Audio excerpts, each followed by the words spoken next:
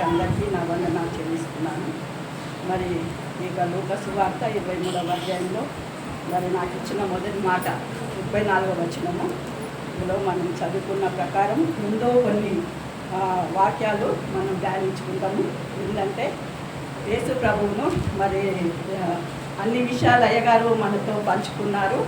మరి అందులో ప్రత్యేకంగా చెప్పుకునేది అవసరం లేదు. ఏంటంటే ప్రభువును మరి సిలువ మోస్తూ కపాల స్థలం అనే ఒక స్థలము నందు గోల్గొతా కొండ పైన ఇద్దరు దొంగల మధ్యలో మరి ఆకాశంను భూమికి మధ్యలో వేలాడబడుచున్న మరి యేసయ్య మరి ఆయన పలికిన 7 మాటలు మనం ఈరోజు ముఖ్యంగా ధ్యానించుకుంటున్నాము. మరి 7 మాటలకు మరి ఆ యొక్క 7 సంఖ్య అనే ఆ సంఖ్యకు సంపూర్ణమైన అర్థం ఇస్తున్న సంఖ్య అన్నమాట. పరిపూర్ణత కలిగిన సంఖ్య అది. అందుకొరకని 7 మాటలు మరి పరిపూర్ణత కలిగి ఉన్నవి. మరి ఫస్ట్ మాటలో ఉన్న మరి ఆ యొక్క ప్రాధాన్యమైన ఆ యొక్క మాట మరి తండ్రి వీరేం చేయించున్నారో వీరు ఎరగరు కనుక మీరు క్షమించమని మరి ప్రభు వేడుకున్నట్టు మనం చూస్తున్నాం. ఇది చాలా విలువైన మాట, ప్రాధాన్యమైన మాట, బహు ముఖ్యమైన మాట ఇది. మరి ఈ మాట మరి ఎందుకు మరి ఆ మాట దేవుడు మరి దేవునితో మరి పలుకుచున్నాడో మనము కొన్ని విషయాలు మనము చెప్పుకుందాం. మరి యెషయాలో మరి 53వ కీర్తన మరి యెషయా 53వ అధ్యాయంలో మనం ఇప్పుడు ఇంతవరకు మనము చెప్పుకున్నాము. మరి అయ్యగారు కూడా చదివించున్నారు, నేను కూడా అదే ప్రిపేర్ అయినాను. మరి అందులో తండ్రి ఏమి అంటున్నాడంటే యెషయా 53:12 వచనంలో 3వ లైన్లో ఏలయనగా మరణము నొందున్నట్టు అతడు తన ప్రాణమును దారపోసెను, అతిక్రమం చేయవారిలో ఎంచబడవాడాయను, అనేకుల పాపములను భరించుచు తిరుగుబాటు చేసిన వారి గురించి విజ్ఞాపన చేసేది. ఎప్పుడో కొన్ని సంవత్సరాల క్రితం ఈ 2000 ప్రభు వచ్చే 2000 సంవత్సరం కాక ముందే మరి ప్రభు ముందు మరి తన భక్తుల ద్వారా ప్రవక్తల ద్వారా మరి ప్రవచనమును నెరవేర్చినాడు. దేవుని యొక్క ప్రణాళిక నెరవేర్పు కొరకు దేశము మరి ప్రపంచంలో ఉన్న పాపుల కొరకు మరి ఆయన మరణించిన కొరకు మరి ముందే ఇక్కడ యెషయా ద్వారా చెప్పబడిన వాక్యం నెరవేరినది. ఆయన మన కొరకు ఇంకా ఇప్పుడు కూడా తండ్రి కుడిపార్శ్వంలో కూర్చొని ఇంకా విజ్ఞాపన చేస్తూనే ఉన్నాడు. మన కొరకు ఇంకా విజ్ఞాపన చేస్తూనే ఉన్నాడు తండ్రి. ఇది మనము గుర్తు చేసుకోవాలి ఎప్పుడు. మరి ఈ ఒక్కరోజే కాదు, గుడ్ ఫ్రైడే అంటే ఇది మంచి రోజు, మంచి రోజు, మనకు అన్ని విధాలుగా మన విముక్తి కలిగించిన రోజు ఈరోజు. మన పాపంల కొరకు శాపంల కొరకు మనల్ని విడుదల కలిగించిన యేసయ్యకు జ్ఞాపకం చేసుకున్న వారమై ఉన్నాం ఈ రోజే కాదు, ప్రతిరోజు మనము ఇది మనల్ని స్మరణలో తెచ్చుకున్న వారమై ఉండాలి. ఆయన ఏ విధంగా శ్రమ పడ్డాడు, ఏ విధంగా హింసలు పడ్డాడు, మనల్ని ఏ స్థానంలో పెట్టినాడు అనే విషయం మనం ఎప్పుడు మర్చిపోవద్దు. మరి ఎక్కడి వారము తండ్రి రక్తం ద్వారా మనం పవిత్రపరచబడి అందరము ఏకహృదయం గల వారి ఈ సన్నిధిలో మనం గడుపుచున్నామంటే ఆయన దారపోసిన రక్తమే, ఆయన విమోచించిన ప్రాణ దానం మనకు ఆ భిక్ష మనకు పెట్టి ఉన్నది. కనుకని మనం ఈరోజు బ్రతికి ఉన్నాం. మనలో ఏది మంచితనం లేదు, నీతిమంతుడు ఒక్కడు లేడు, పరిశుద్ధుడు ఒక్కడు లేడు. కనుక మనము మరి యేసు ప్రభు ద్వారా మనం ఈ రక్షణ పొందుకొని ఉన్నామని ప్రభు ఈరోజు మాట్లాడుతున్నాడు. మరి మత్తయి సువార్తలో మత్తయి సువార్త 5వ అధ్యాయము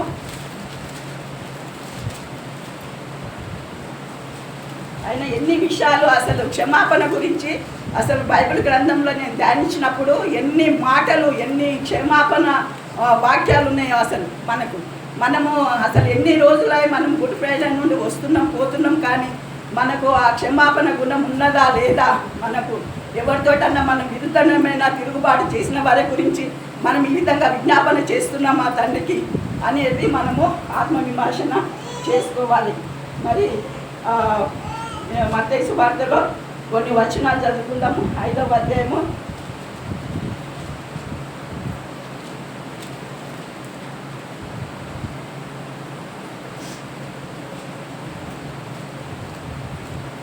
5వ 6వ అధ్యాయము 5వ అధ్యాయము 43, 44. నీ పొరుగు వారిని ప్రేమించి మీ శత్రువులను ద్వేషించమని చెప్పబడిన మాట మీరు విన్నారు కదా. నేను మీతో చెప్పినదేమనగా, మీరు పరలోకమందున్న మీ తండ్రి కుమారులై ఉంటున్నట్టు మీ శత్రువులను ప్రేమించుడి, మిమ్మల్ని హింసించు వారి కొరకు ప్రార్థన చేయుడి. ఆయన చెడ్డవారి మీద మంచివారి మీదను ఆయన సూర్యుని ఉదయింపజేసి నీతిమంతుల మీదను అనీతిమంతుల మీదను వర్షంలో కురిపిస్తున్నాడు. వేరే గ్రంథంలో మరి అనేకమైన హిందూ గ్రంథంలో కీడుకు ప్రతి కీడు చేయమంటారు. కీడుకు ప్రతి కీడు చెయ్యి అనే వాళ్ళ గ్రంథంలో ఉన్నది. కానీ మన గ్రంథంలో పరిశుద్ధ తండ్రి మనకేం చెప్తున్నాడంటే కీడుకు మేలు చేయమంటున్నాడు. కీడుకు మేలు చేసి జయం పొందుకోవాలంట. మనం కీడుకు ఎవరైనా చేసిన మేలు చేయాలి. తండ్రి మనకు ప్రభువైన యేసుక్రీస్తు శిలువ మీద ఈ మాట మనకు నేర్పించినాడు. కీడుకు ఎవరైనా మేలు చేస్తున్నామా లేదా, కీడుకు కీడు చేస్తున్నామా అనేది మనము ఆత్మవిమర్శన చేసుకోవాలి. ఈరోజు మరి ఎన్ని గుట్రాయిలు వస్తున్నాయి పోతున్నాయి. మన కుటుంబాలలో అశాంతి, అసమాధానం, మన పనిలో మరి అసమాధానం, అశాంతి, మరి ఎంతోమంది బంధువులతో మరి శత్రు భావం కలిగి ఉన్నామా? మరి ఇంతవరకు మనం ఏం చేస్తున్నాం? దేవుని బిడ్డలమై ఉండి దేవుని కుమారులమైతే మరి ఈ విధంగా చెప్తున్నాడు తండ్రి. మరి ఏమంటున్నాడంటే మీ తండ్రికి కుమారులై ఉండున్నట్టు మనం కుమారులను కుమార్తెలు ఉన్నామా? మనకు క్షమించే గుణం ఉందా? మనకి ఈ మాట ద్వారా తండ్రి శిల్వ మీద నేర్పిస్తున్నాడు. ఉట్టి ఇవి మామూలు మాటలు కాదు, చాలా విలువైన మాటలు, ముత్యం లాంటి మాటలు మనము ధ్యానించుకోవాలి, ఈరోజు అవలంబించుకోవాలి. మరి తండ్రి పరిశుద్ధాత్మ తండ్రి మరి ప్రభువైన యేసుక్రీస్తు వారు మరి ఆయన చెప్పిన ప్రతి మాట తన జీవితంలో చేసి చూపిండు. మరి మనం చెప్తాము ఎన్నో బోధిస్తాం, కానీ అవి అవలంబించం. వింటాము, మరి వినుటకు చెవులు యోగుతాం, మరి యథాప్రకారమే మళ్ళా జీవిస్తూ ఉంటాం. మరి ఈ విధంగా మనము ఎన్ని గుడ్ ఫ్రైడేలు పోతున్నాయి మన జీవితంలో, మళ్ళా వస్తున్నాయి, మళ్ళా పోతున్నాయి. మన జీవితంలో మార్పు వచ్చినప్పుడు మన కుటుంబంలో మార్పు వస్తుంది. మన కుటుంబంలో మార్పు వచ్చినప్పుడు మన సమాజంలో మార్పు వస్తుంది. మన సమాజంలో మార్పు వచ్చినప్పుడు మొత్తము మన దేశమే, పట్టణాలు మారిపోతాయి, దేశమే మారిపోతుంది. ఇది గుర్తుపెట్టుకోవాలి. మనం ఎక్కడ వెళ్ళినా ఎటు వెళ్ళినా కూడా మన మనసులు, మన తలంపులు, మన అలవాట్లు, మన ఏ విధంగా ఉన్నాయో మనము ఆత్మవిమర్శన చేసుకోవాలి.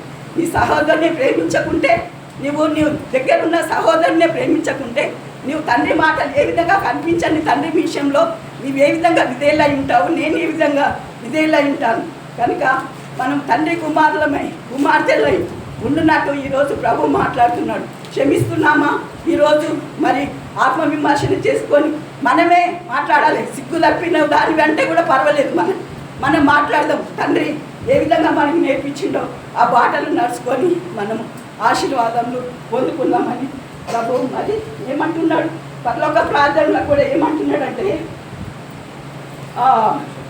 6వ అధ్యాయం, మత్తయి 6వ అధ్యాయంలో మరి 14-15 వచనంలో, మనుషుల అపరాధంలో మీరు క్షమించిన ఎడల మీ పరలోక తండ్రి మీ అపరాధములు క్షమించును. మీరు మనుషుల అపరాధములు క్షమింపకపోయిన ఎడల మీ తండ్రి మీ అపరాధములను క్షమించడు. మన ప్రార్థనలు ఎందుకు వింటలేడు? ఒకసారి మరి తెలుసుకోవాలి. మన అపరాధములు, మన శత్రువుల యొక్క అపరాధములు మనం క్షమిస్తున్నామా? రోజు క్షమిస్తున్నామా?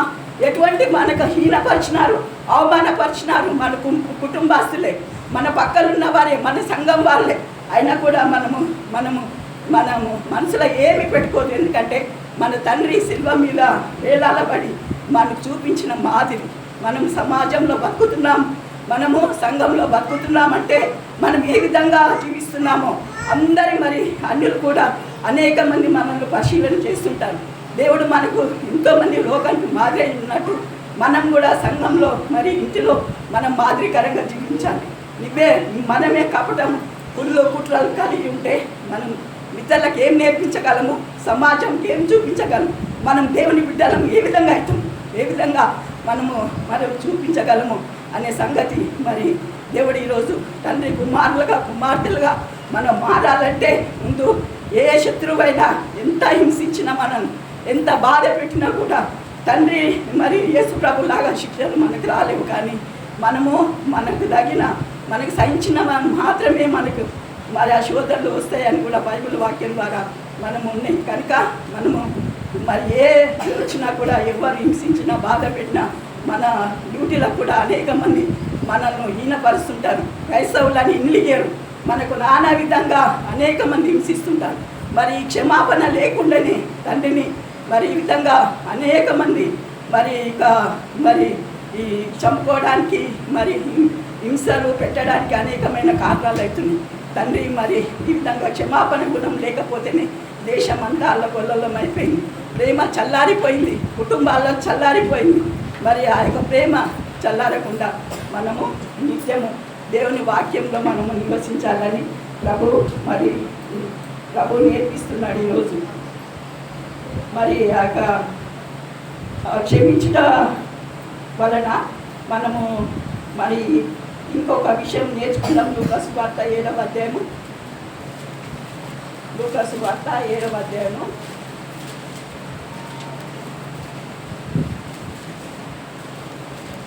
ఎవరన్నా ముందు తీస్తే చదవండి, లేకుంటే నేను చదువుకుంటాను.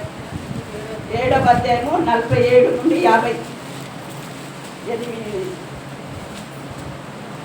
ఆమె విస్తారముగా ప్రేమించను గనుక ఆమె యొక్క విస్తార పాపములు క్షమింపబడనని నీతో చెప్పుచున్నాను. ఎవరికి కొంచెముగా క్షమింపబడునో వాడు కొంచెముగా ప్రేమించునని చెప్పి నీ పాపములు క్షమింపబడి ఉన్నవని ఆమెతో అనెను. అప్పుడు ఆయనతో కూడా భోజనం పంక్తిని కూర్చుండిన వారు పాపములు క్షమించుచున్న ఇతడెవడని తమలో తాము అనుకొనసాగిరి. అందుకు ఆయన, నీ విశ్వాసము నిన్ను రక్షించెను, సమాధానము గలదానమే వెళ్ళమని ఆ స్త్రీతో చెప్పాను. లూకాసు వార్త 7వ అధ్యాయము 47వ వచనంలో ఒక పాపం స్త్రీ దేవుని దగ్గరికి పరిశుద్ధ తండ్రి యేసు ప్రభు పాదాల దగ్గరకు వచ్చి అత్తరు బుడ్డిని, విలువైన అత్తరు బుడ్డిని తీసుకొని మరి తల వెంట్రుకలు తడిపి మరి తన పాదాల మీద, ప్రభు పాదాల మీద కన్నీటితో మరి ఆయన తల వెంట్రుకలతో ఆయన పాదాలు తుడుస్తూ ఉంటుంది. అప్పుడు అక్కడ ఉన్న వాళ్ళు ఏమంటారు తెలుసా?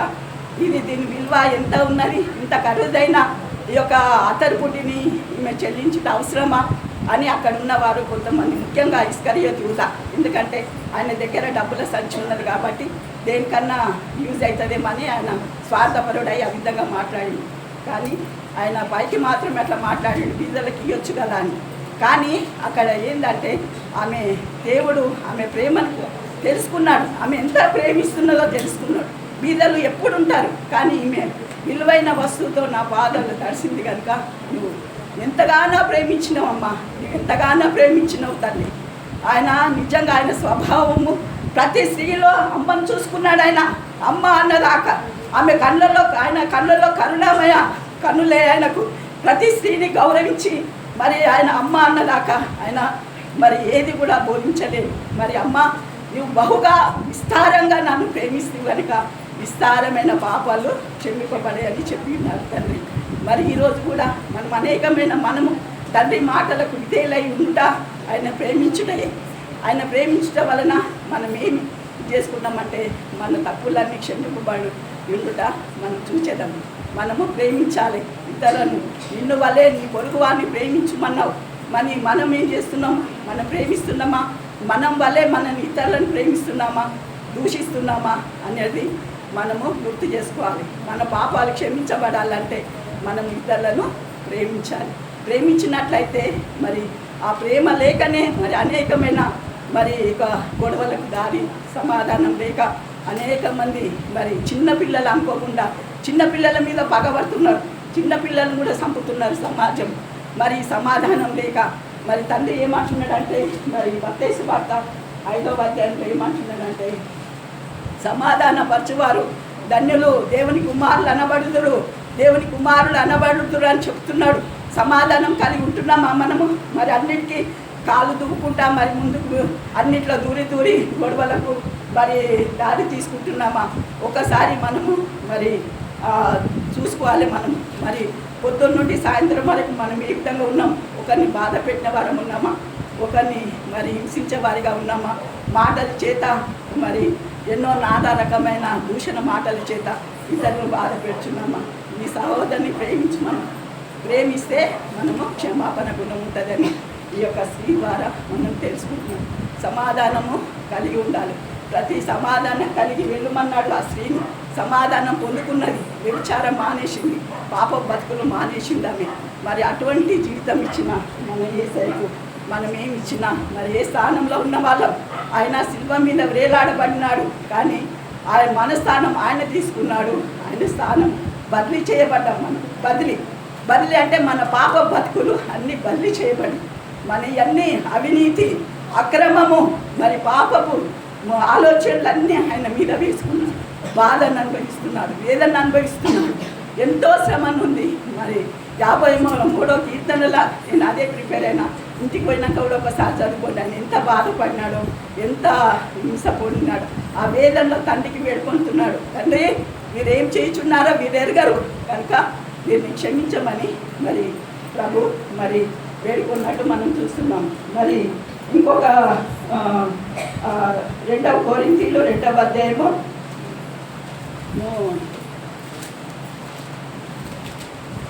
2వ కొరింథీయులు 2వ అధ్యాయము 10.